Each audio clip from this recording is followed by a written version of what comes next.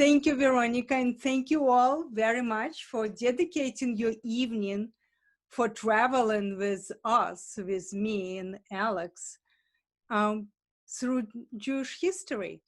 You see, Alex and I traveled through over 70 countries, and we always, unless we in an African safari somewhere, but we're always in a lookout for little known and little understood pages in Jewish history.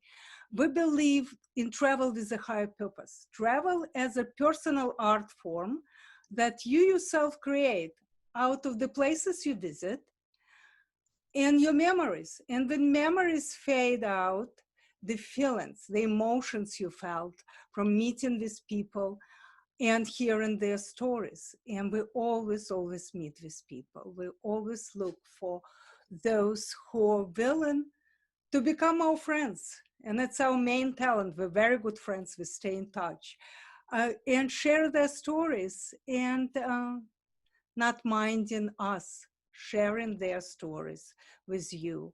Because what we learn from our friends around the world is incredible treasures about the diaspora identity, who we are as Jews, and what makes us Jews, and how we transmit this sense of identity and our traditions lador vador, from generation to generation. We believe that we are the stories that we tell to ourselves and to the world.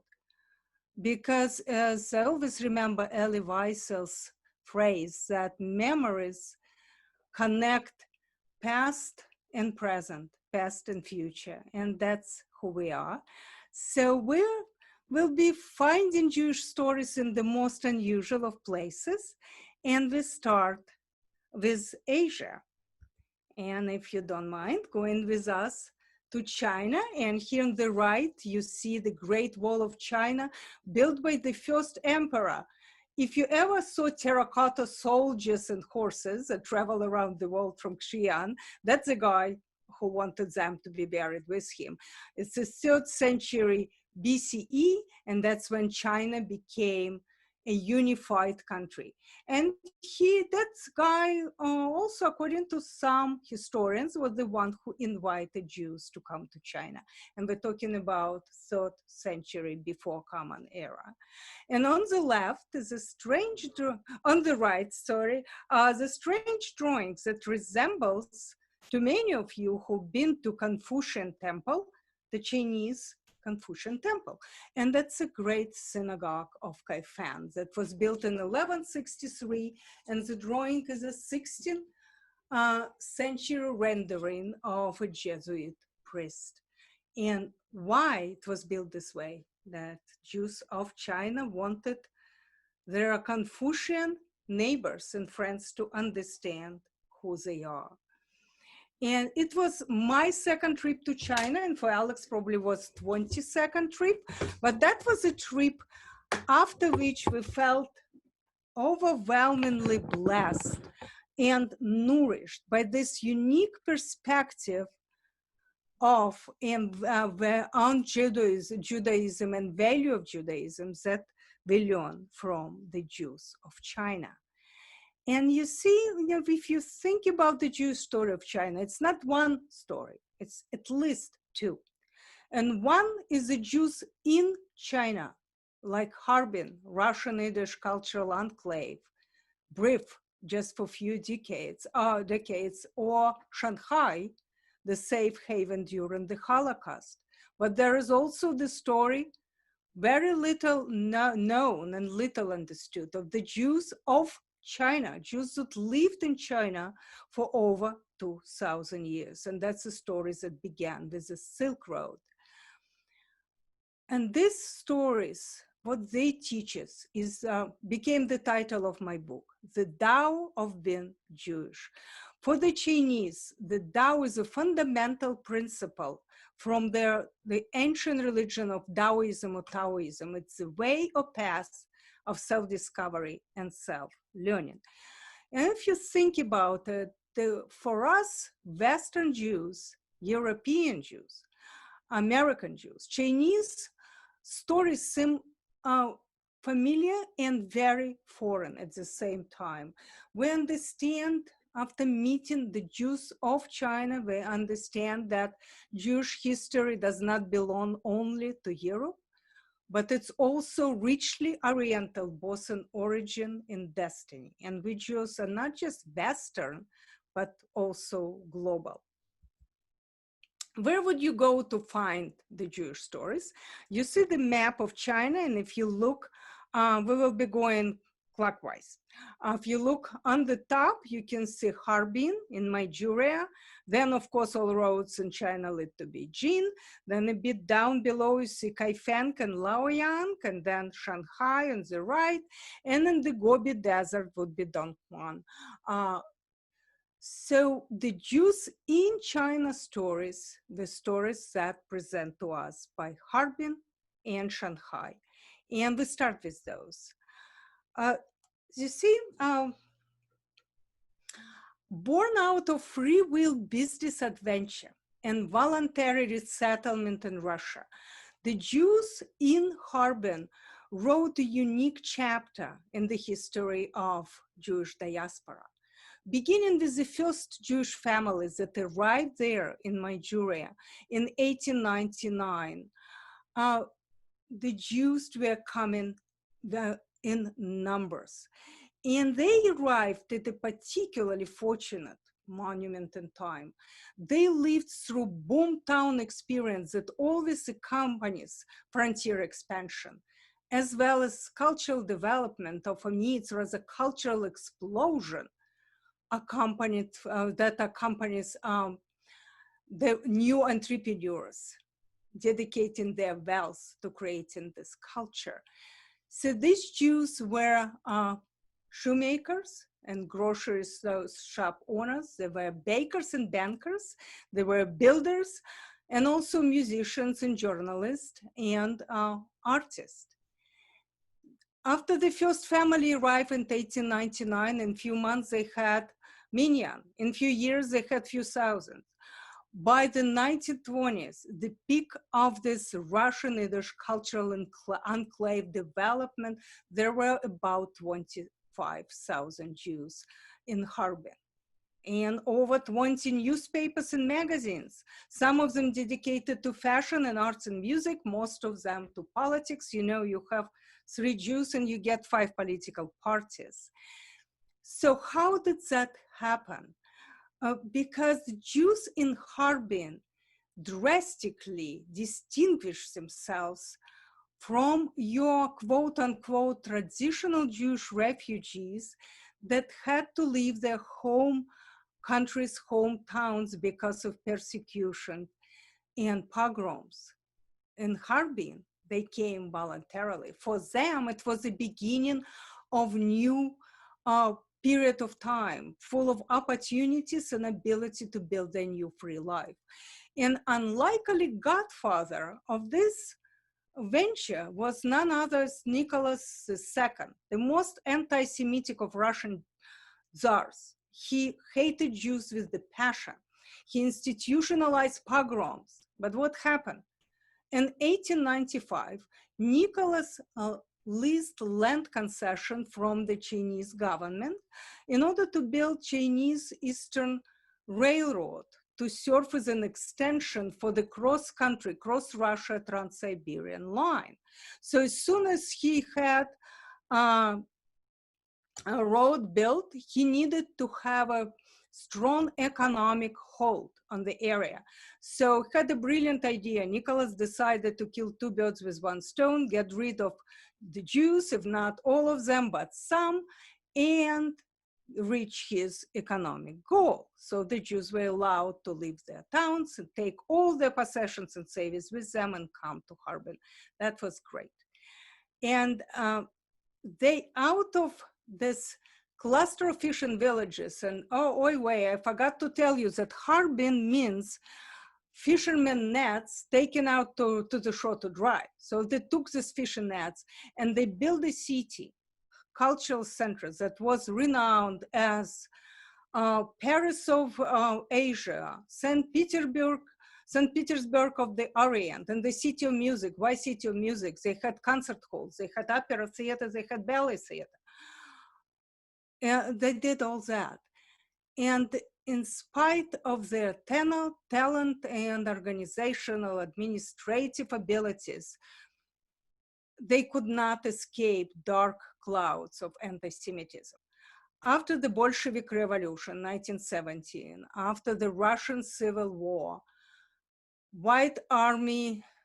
defeated White Army officers began immigrating from Russia, and eventually some of them reached Asia and came to Harbin. They brought with them anger, disillusionment, and this particular violent, strict, typical Eastern European anti-Semitism. Jews were beaten on the street, their businesses raided, many in big pogroms started, and in 1931, Russian Fascist Party was formed in Harbin. 1931 was also the year Manchuria was occupied by Japanese, who created their puppet state Manchukuo.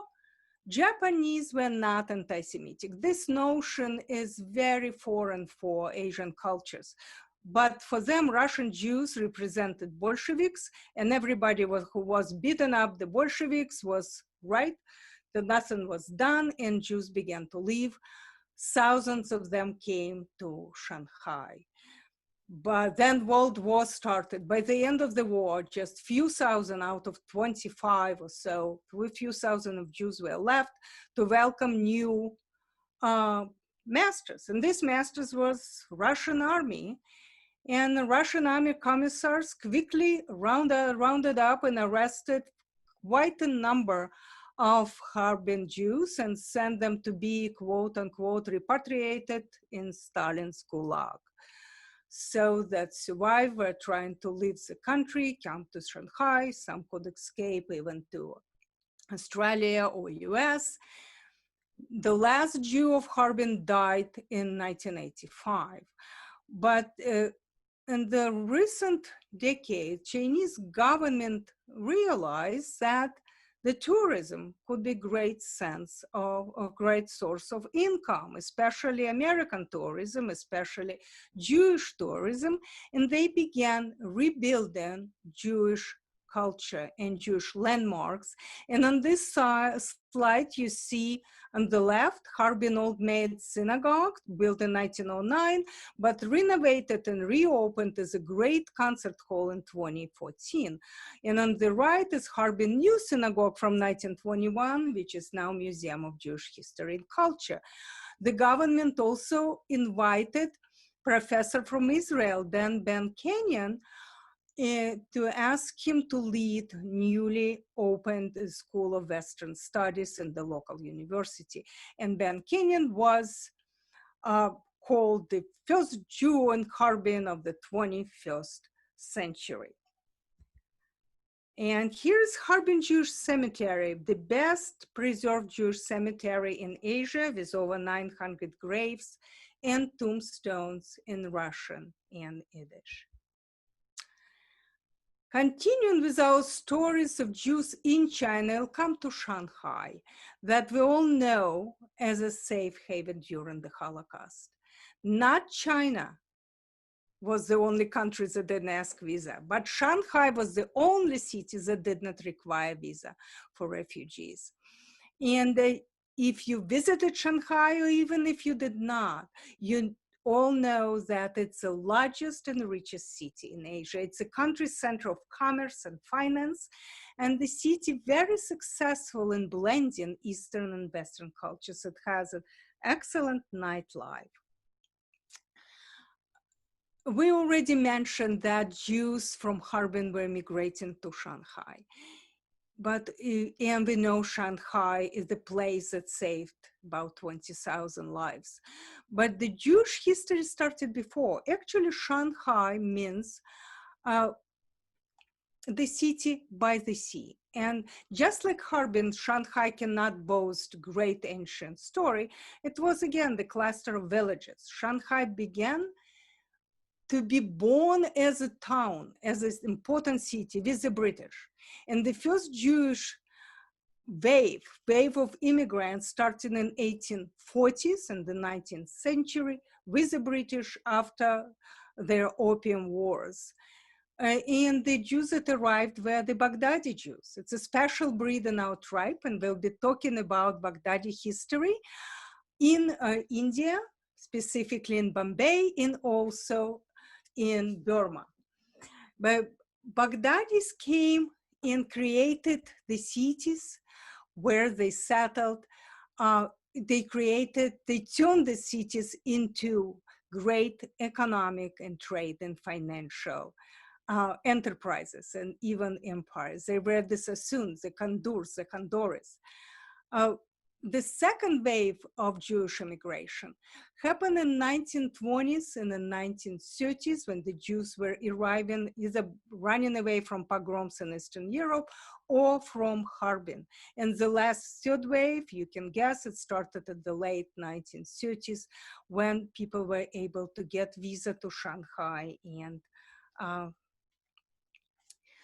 be saved from the Nazis. Shanghai has a number of Jewish landmarks, and very often, unless you take a tour of the Israeli Dvir Bargal, he has excellent Jewish history tours. You can do it by yourself, but you have to know the address of the landmark and what's in it now. For example, Ohel Rachel's Synagogue, it was most important Jewish community building that's still standing today, was built by Jacob Sassoon in honor of his departed wife, but now it's Education Bureau. Or Shanghai Jewish Refugee Museum. It again was Ohel Moishe's synagogue first. It was the center of religious activities of Jewish refugees in Shanghai, but the area around the synagogue became restricted sector for stateless refugees, or ghetto, during the Japanese occupation. And Japanese come to Shanghai at 1939. And this, what is now Jewish Museum, this building right in the center of ghetto. And Chinese government, with the help from former refugees, created this great museum, the story of how people, though living in very difficult conditions, they were able to survive. And quite recently, the Chinese government undertook enlargement of this museum.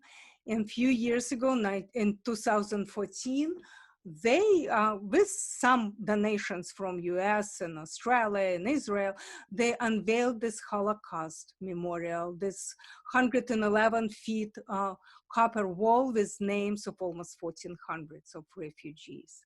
And we spent more time in Shanghai as a safe haven during the Holocaust and my Holocaust-focused series. But here, you know already a lot, and we start with, before we go into story of the Jewish narratives in other countries, I still wanted to show you Jewish residences in Shanghai, how poor Jews lived. That's Marble Palace that belonged to Sir Horace Kaduri, Baghdadi Jew. He was a renowned industrialist and philanthropist. He established schools for Jewish orphans that had to leave Europe during World War II. And this humble marble hall was his residence. Now it's the Children's Palace of Shanghai. So now we're ready to go into China, right? We'll start as always, we start in Beijing. And you know, Beijing wants to believe in ruling China for eternity. It always wants you to believe that it has a great ancient history, when in fact, Beijing, meaning city of the Han, became this political center only during 1300s, when Mongol dynasty ruled China. And the emperor that got rid of Mongols, liberated China from foreigners, was the first emperor of the Ming dynasty. And you can meet him when you're going to visit Ming dynasty tombs near Beijing. And tell you the truth, I don't like this guy. When he kind of, looked at women in his court, and he chose one of them as his concubine. She might be wife of one of his ministers, but it didn't matter. If the minister objected, he would be skinned alive. When this emperor died, he wanted 16 of his favorite concubines buried alive with him, and ages ranged from 13 to 18. He was not a nice person, and I always joked that I think he would even park his chariot in the handicapped places. So why are we spending time with him? Because he was important for the Jewish narrative of China, for the history of the Jews of China. He sent his emissaries to Kaifeng, where very prosperous and large Jewish community already lived by the mid of 14th centuries, and where the great synagogue of Kaifeng was already 200 years old. Kaifeng was a great center on the Silk Road.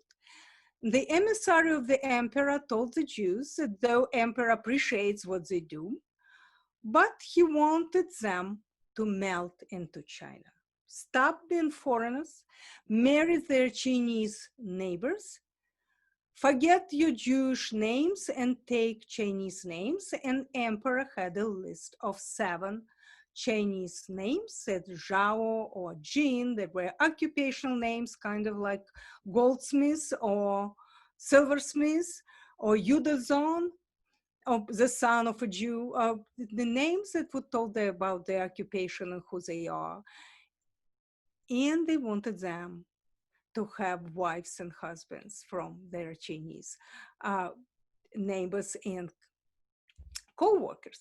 So what happened was that Jews decided that if they intermarry and only on paternity line, they had better chance to preserve their bloodline and their religion, and they did. So how did Jews get to Kaifeng? It's all started with the Silk Road. And I have to tell you that Silk Road was nothing like Interstate 80, was not going just from this place to that place. It's extended from Europe to Egypt, to Somalia, to Arabian Peninsula, Iran, Afghanistan, Central Asia, to Sri Lanka, Pakistan, India, Bangladesh, Burma, Java, Indonesia, and Vietnam, until it reached China. And on the map, you can see in red the land road, and in the blue, it's waterways. So the Jews of China story begins with the Silk Road. And the first time we hear about the Jews of China was from Marco Polo. And I have to tell you the secret. Marco Polo never wrote his stories that we all read as children, these stories of tales of Marco Polo. It happens that after his 28 years of travel, he returned to his hometown of Venice at the wrong time, at the wrong place, because Venice was fighting with Genoa, and Marco Polo was arrested, put in prison, spent almost 3 years in prison, where his cellmate listened to his stories. His cellmate happened to be popular romance writer and renowned lawyer Rusticella of Pisa, and he was the one who compiled Marco Polo stories and published them.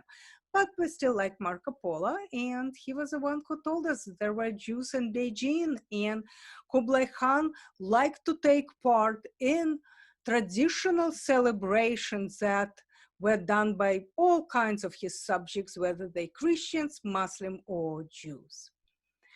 Well, the Silk Road produced many Jews who became settlers in China. Like all the roads, Silk Road began in China, and the silk merchants went on this road. There was high number of Jews among them.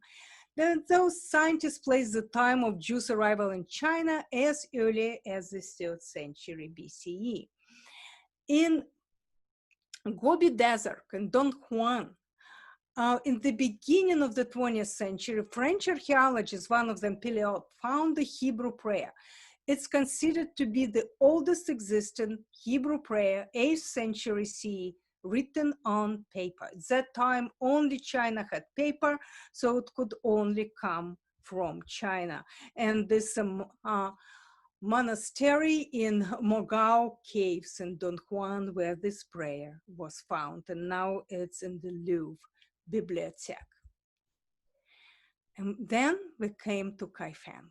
Kaifeng was very important center on the Silk Road, very important center for the Jewish community of China, and it was in Kaifeng that we found Mr. Jin.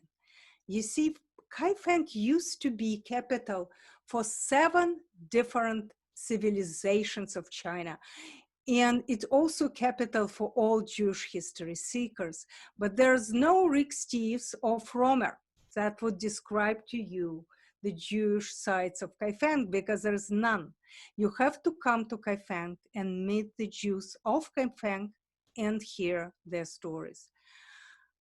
Mr. Jin, thanks God we had our friend David interpreting for us, took us outside the town and showed us the oldest cemetery in Asia, he said, where his family was buried their dead for centuries.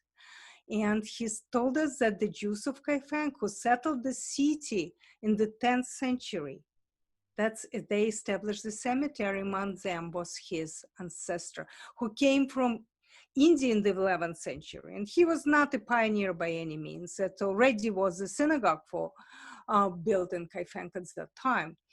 In this cemetery, we came upon a stela about 3 feet tall, made of marble, with a sign in English and Chinese. In English, it says the first monument of Jews. Hope you can see that. And behind it was a massive, huge, 5-foot tall memorial wall. And it had 900-year-old family story of Mr. Jin's family, written in stone and written within the context of Chinese history. It was in English and in Chinese. And one side had Jin families, he said, pedigree, genealogical record. Another side had chronological record or narrative. And it was amazing. We forgot that we hear in voice of Mr. Jin and our translator David, because it seems that it were Jews of China, his ancestors, who were officials, merchants, Confucians, scholars, shop owners, farm laborers. They all became alive and talking to us through these white letters engraved on marble. And I asked Mr. Jin, how do you know you were Jewish? You see, he does not exactly look Jewish. And he looked at me as if I came from another planet. And he said, my father told me, and his father told me, and his father told me.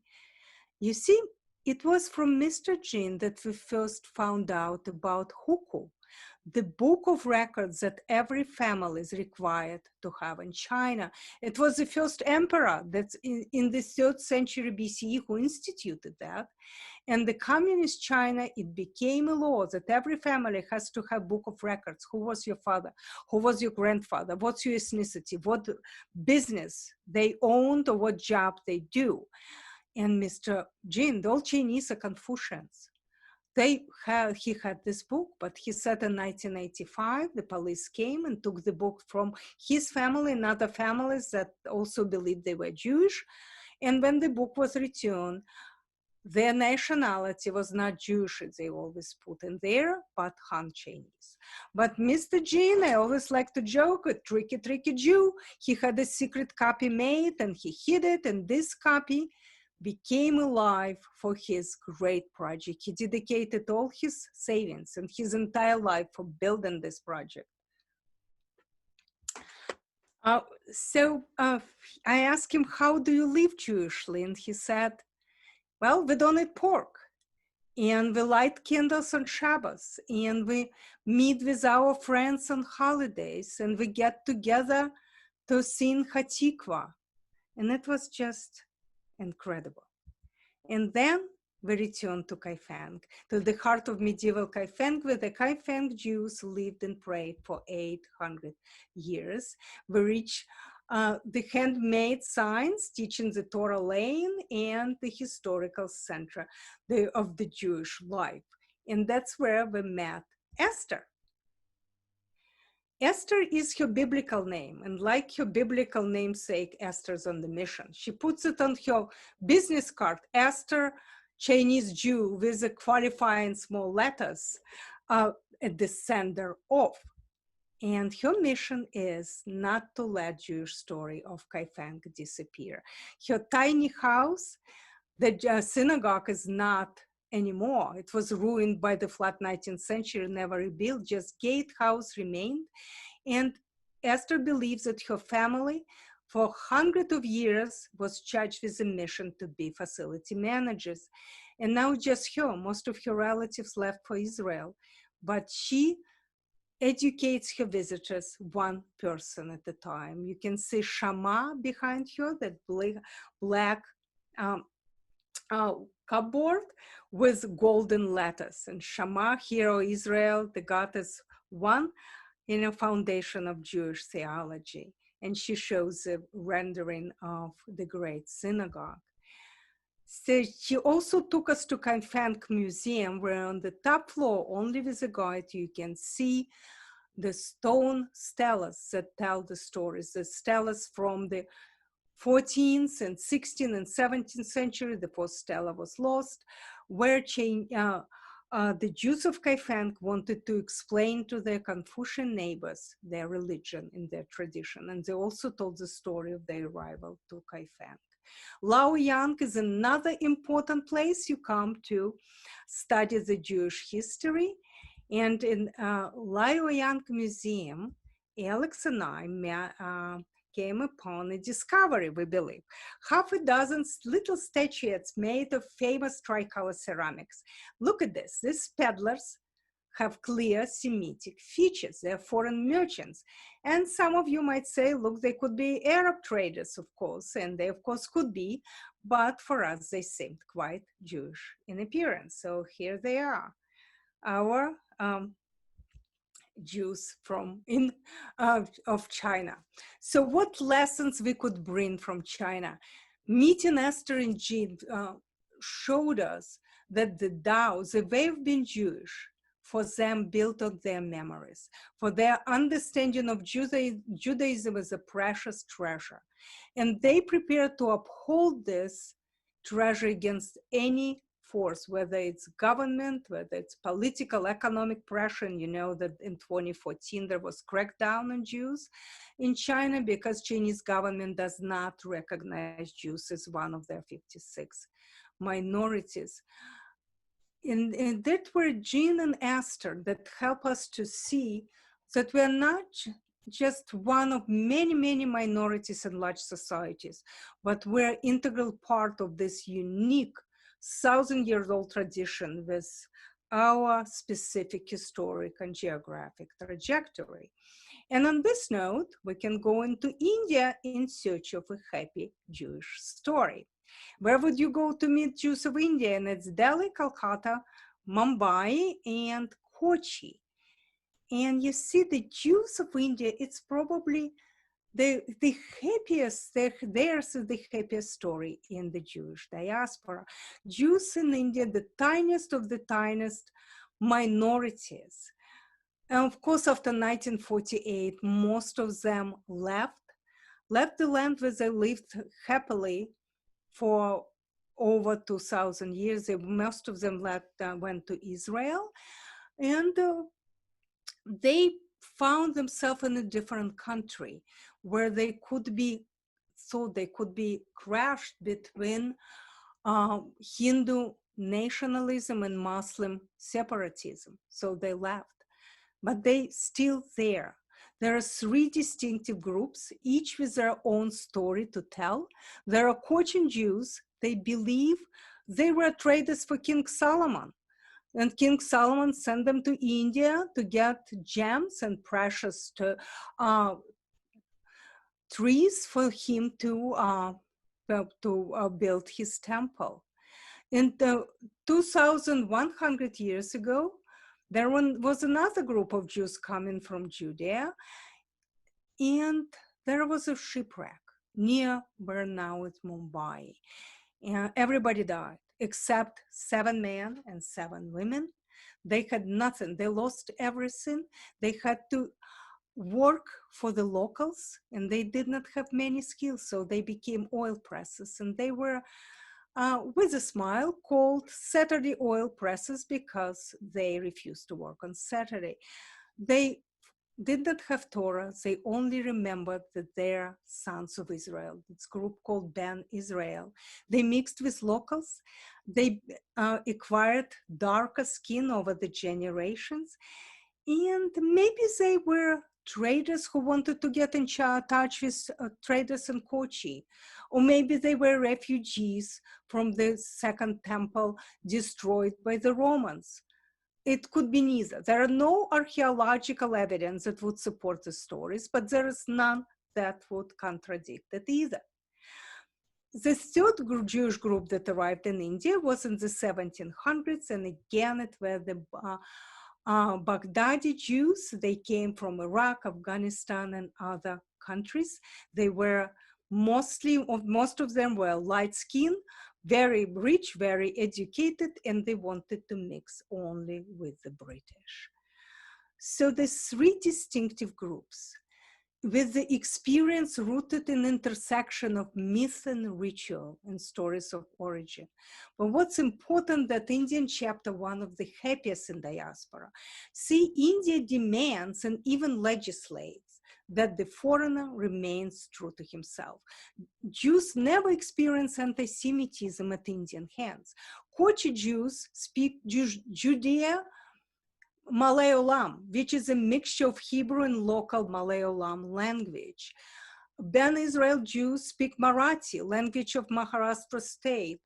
And Baghdadi Jews who settled in Bombay and Calcutta speak Bengali and Marathi. None of these languages had word for anti-Semitism. And the Jews in India always lived free, proud, observant, creative, prosperous, and self-realized.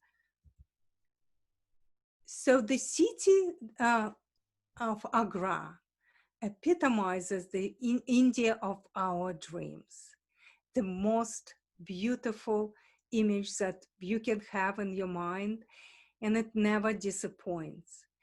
We are in Agra now also because of the interesting Jewish connection that Agra has to our story. But to find this connection, we have to leave Agra for a while and go to Delhi.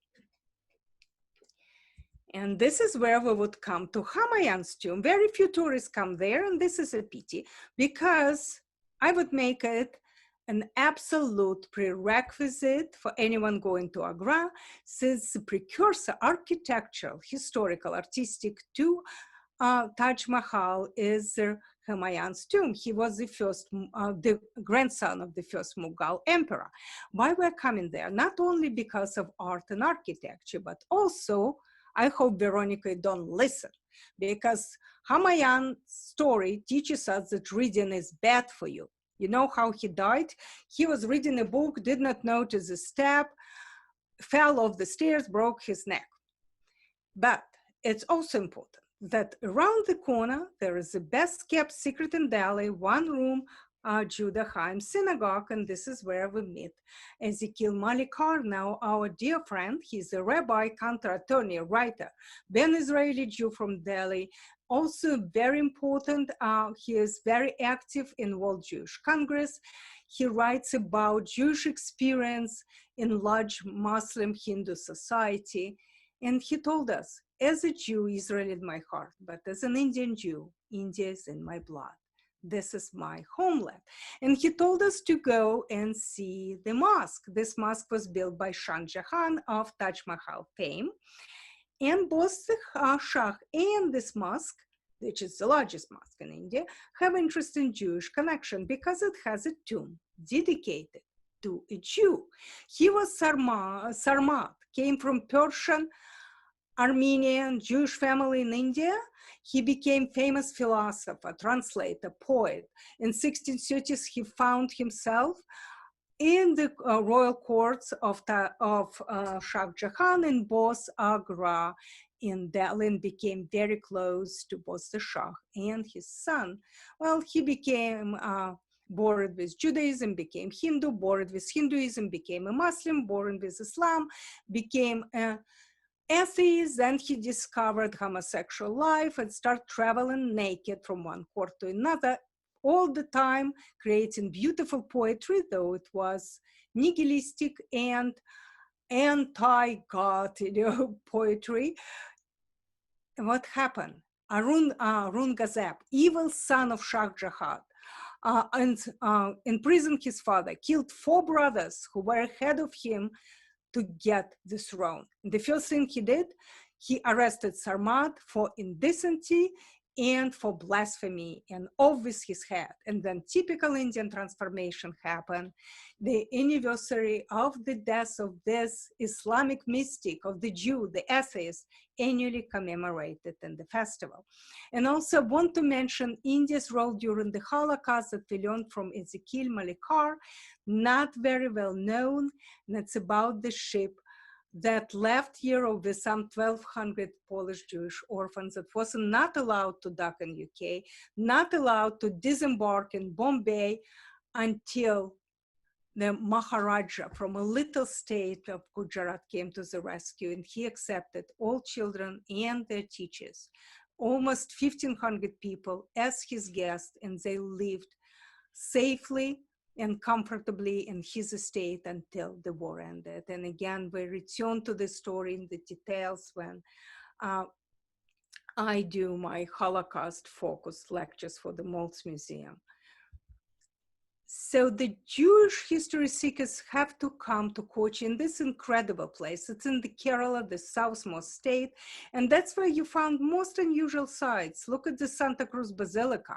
It was Vasco da Gama who discovered, quote unquote, the India in 1499, and he lived and died in Cochin. This basilica was built by Jesuit. And it's in Cochin, you can see Christian weddings because Kerala is the most Christian state in India. In Cochin, 76% of population are Christians. They consider themselves St. Thomas Christian. These services are in Aramaic, the language of Jesus Christ.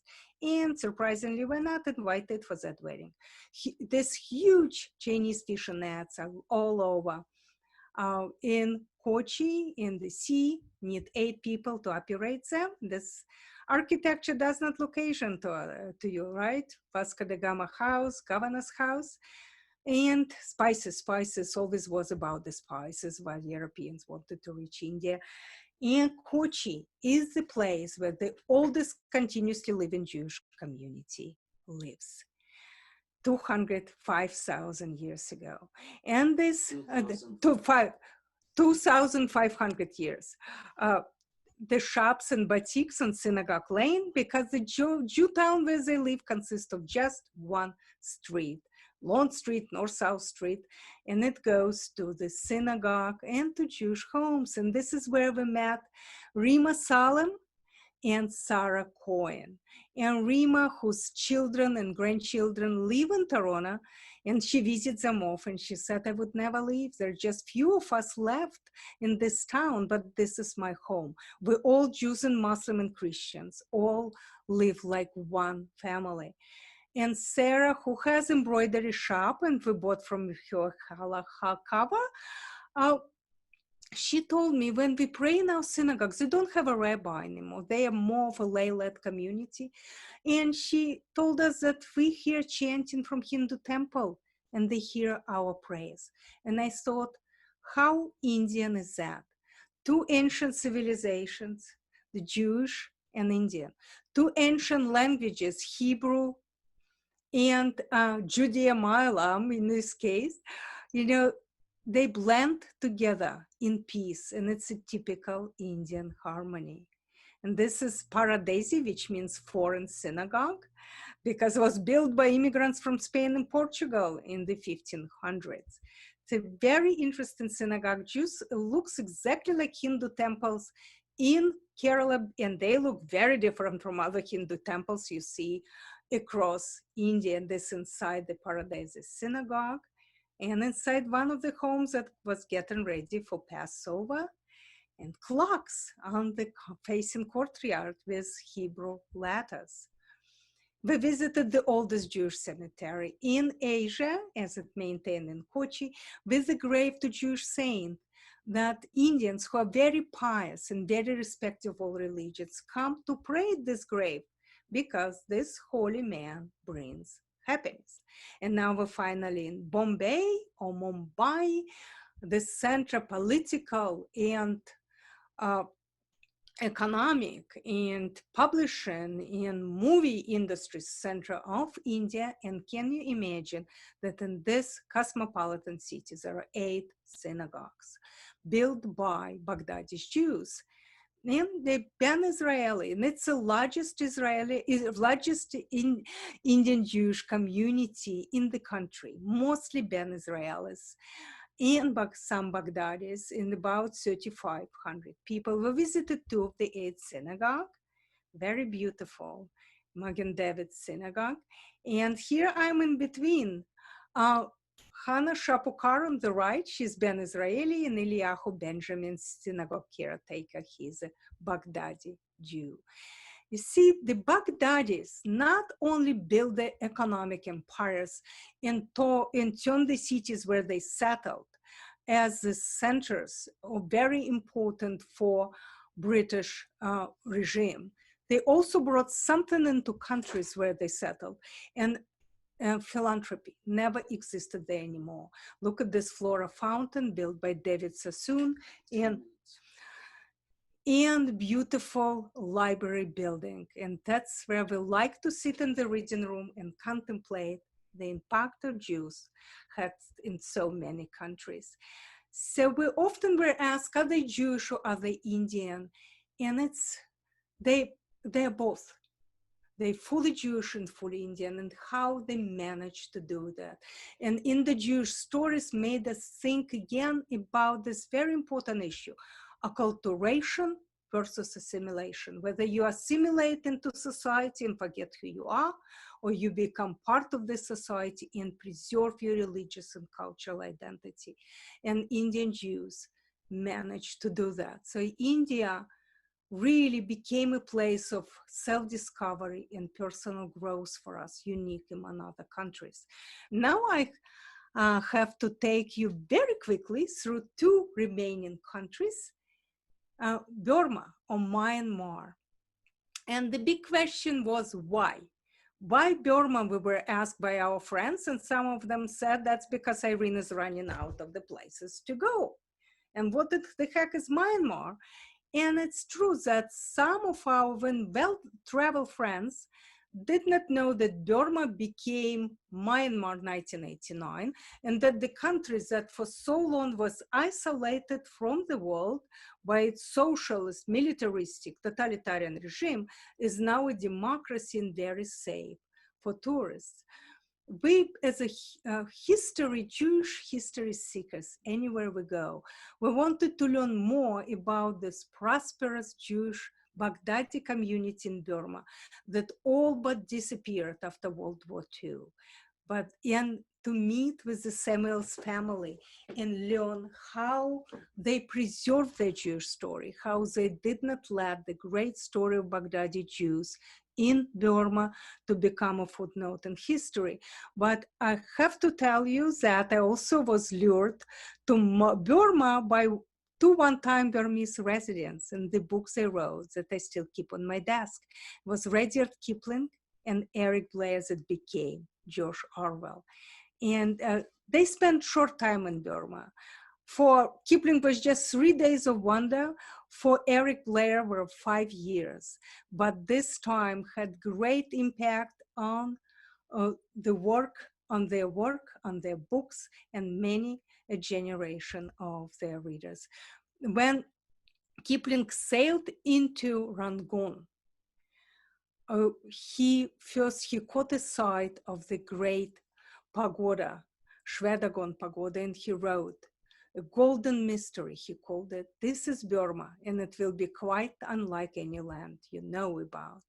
And actually, I want you to spend few minutes with me to see this country and imagine how observant Jews and their families came to Burma, to that country. It would be the last place in the world they would think to be place for Jewish history. And in Burma, their pagodas, their monasteries, their faith is fundamental, it's pervasive. And as we were taught by our friend, Ye Mint, who is a specialist in Buddhist history and in Buddhist art, the Theravada Buddhism, the purest form of Buddhism that sustained Burmese people, is very different from any other forms because it's the oldest form, but it's also mixes seamlessly with animalistic worship, with worship of spirits, not spirits, and with Hinduism that came from India. Theravada does not have clergy, but country is punctuated by monasteries. It has 50,000 monks and 40,000 nuns. And if for girls it's not mandatory, but every man in Burma has to become monk at some point in his life, and usually boys do it between 9 and 13 years of age. The people just incredible. They're the friendliest, the kindest people we ever met. And the joy you experience at their festivals is just overwhelming. You're swept by this wave of joy, even without understanding of a single word in their language. And I have to tell you, I was a hit. The woman with wild hair, I think they called me. I never knew that. But look at this child. Alex called it East meets West. The best place to observe people was on the train, and this child, not 1 year old even, demanded his mother to give him her cell phone, and he imitated blah, blah, blah, talking on the phone. So it's old and new mixes seamlessly in Burma. And then there is Bagan, mysterious and spiritual. Even people who not interested in art, I'm sure would feel breathless seeing this arid plain in the shadow of the mountains and the thousands of temples dancing spiritual dance or some celestial dance in front of you. And in the lake, one of the most intriguing Myanmar destination, people live in floating villages. It's a floating world, and every stilted village has monastery or a shrine or temple, Buddhist temple with golden Buddha statue in it. But the most unforgettable image is of their fishermen that propel their boats using the unique technique of leg rowing. Then there was a mandalay. And when I teach about Burma, and I have cycle on Burma only, I mention Mandalay, people in the audience often started singing. On the road to Mandalay, where the flying fishes play and the dawn comes up like thunder out of China, cross the bay, and it's Kipling. And this city is a cradle of Burmese art and civilization. And now tell me, can you imagine an observant Jews coming to their land? But they did. They came with the British. As soon as British began crossing the Bay of Bengal into Burma, Baghdadi Jews arrived with them. It happened after the First and Second Anglo-Burmese wars, but there were already indigenous or tribal Jews of Burma, like the Karen people, they live in the south, or Ben Manasseh people who consider themselves descendant of the 10th tribe of Israel. And most of them live in India. They live on the northwest, and on the border with India. After Chief Rabbi of Israel, 2005, determined that Ben Manasseh indeed are Jewish, most of them immigrated to Israel. A Burmese Jewish narrative truly belongs to the Baghdadi Jews. But see, the Baghdadi were never numerous. There were less than 3,000 of them in Calcutta, the same number in Rangoon that became Yangon now, and maybe less than 1,000 in Singapore, less than 1,000 in Hong Kong. But how this small group of immigrants became so successful economically, so powerful politically in a very short time.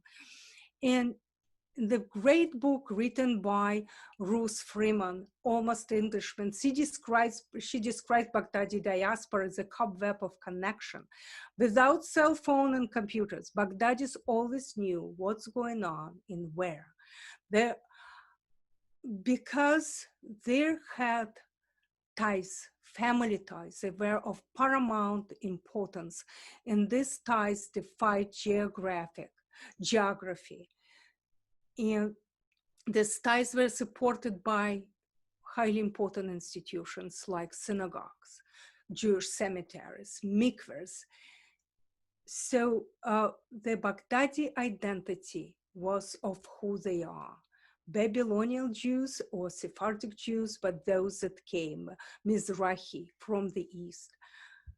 And to learn more about them, you do have to come to Yangon, visit the great synagogue of Burma, and meet the Samuels family and talk to Sammy, who will describe to you their story. The English architecture in Rangoon is everywhere. For us, we like Sofer buildings the most. It was very important. Jewish family, they selected the most important, most prestigious address in British East, I think, with the key companies in publishing and communications and trade having their headquarters there. And now it's designated as the Yangon City Heritage Plaque. And again, there's a Strand Hotel, one of the greatest hotels in Asia. We took famous high tea there, very tasty, and discuss Baghdadi story. You see, Jews were very important for British colonial development. They always had a seat in the Municipal Council of Rangoon. They were Jewish mayors of Rangoon and other cities. British valued them tremendously in the economy, even in local politics, in administration. They always regarded Jews above the Burmese, above even Ben Israeli Jews that were numerous in Burma, above the Chinese and others. But class-conscious British, often anti-Semitic, would never allow Jews to become Islam. They would allow them, the Jews were allowed to partake of high tea in the Strand, but not in the prestigious elite clubs of the British. We went to see the Jewish cemetery with over the 700 graves. We even found the grave of Jack Samuel, Sammy's grandfather, and grave of his, and we put a stone in there in the Jewish tradition. And then we went to see the synagogue.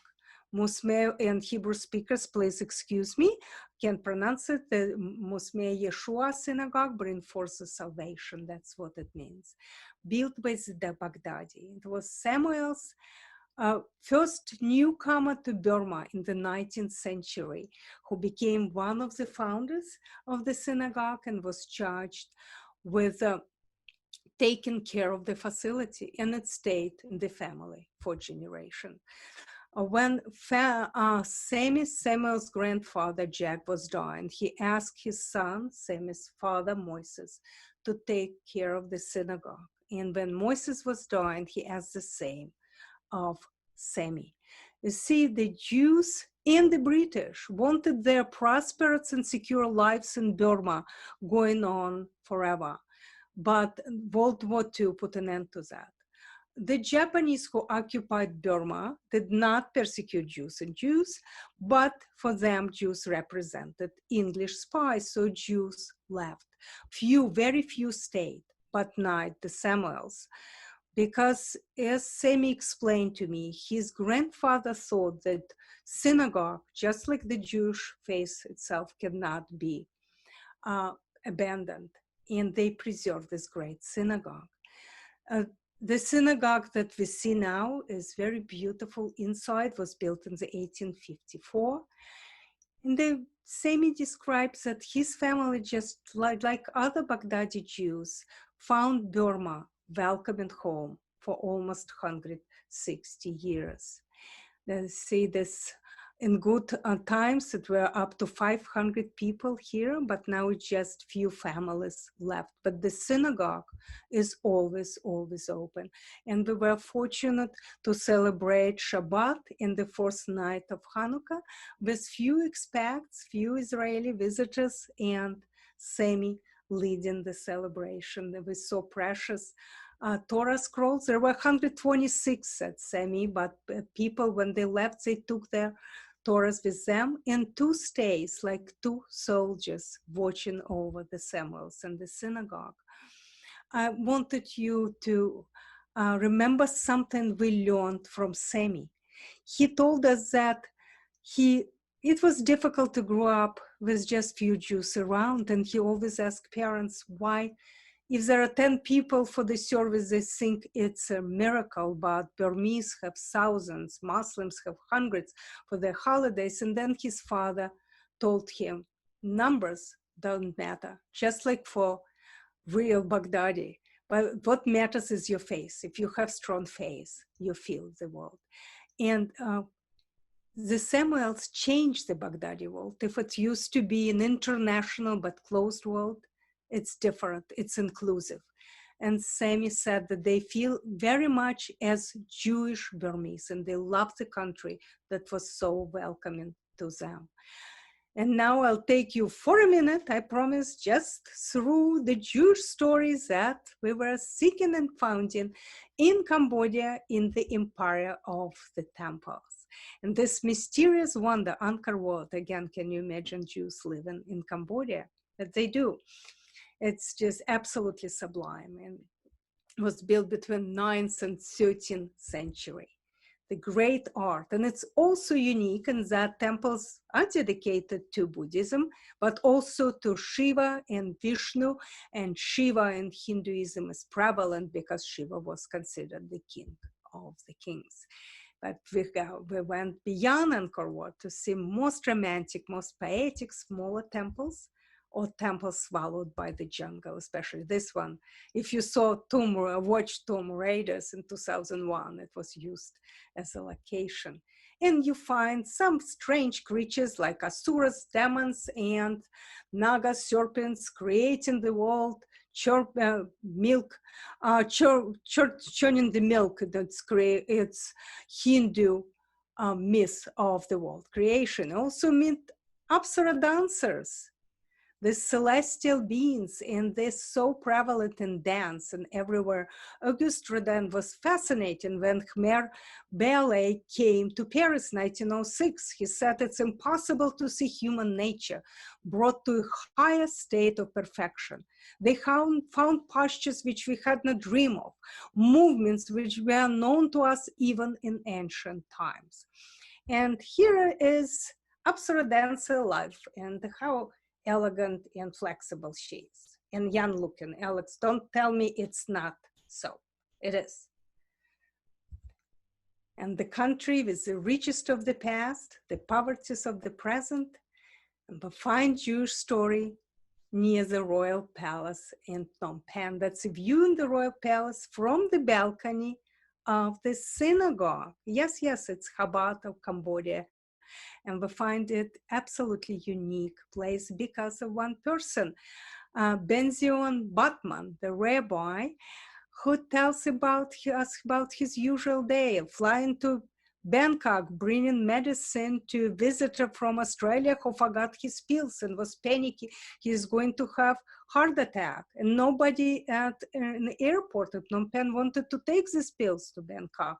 So the rabbi bought the tickets and flew. Or he had a panicky call from New Jersey man whose daughter went to Cambodia with friends. He didn't hear from her, haven't heard for 10 days. So miraculously, rabbis have this power. Rabbi Batman found the girl and told her, you have to talk to your parents somehow. The virus, he told me, he recently wrote to me, did not change their lives. It changed your routine a bit. For the first time, they now have minyan for every service. The Batmans build a community of Jews when they have for every Shabbat over 100 of people, and for holidays even more. And recently, Rabbi Batman was asked to help officiating the Bat Mitzvah. Look at this girl. She is a granddaughter of one of the late Cambodian king's daughters. That makes you great-granddaughter of Cambodian king. Cambodia is, by the way, is a monarchy. She is also an Orthodox Jew. She is the daughter of convert to Judaism, her mother, who married a Baghdadi Jew, Persian Jew, her father, and they live in Las Vegas. She had her bat mitzvah there during Hanukkah, but in January she came to Cambodia to celebrate this event with her royal family. And Rabbi Benzion helps them to implement all they wanted to.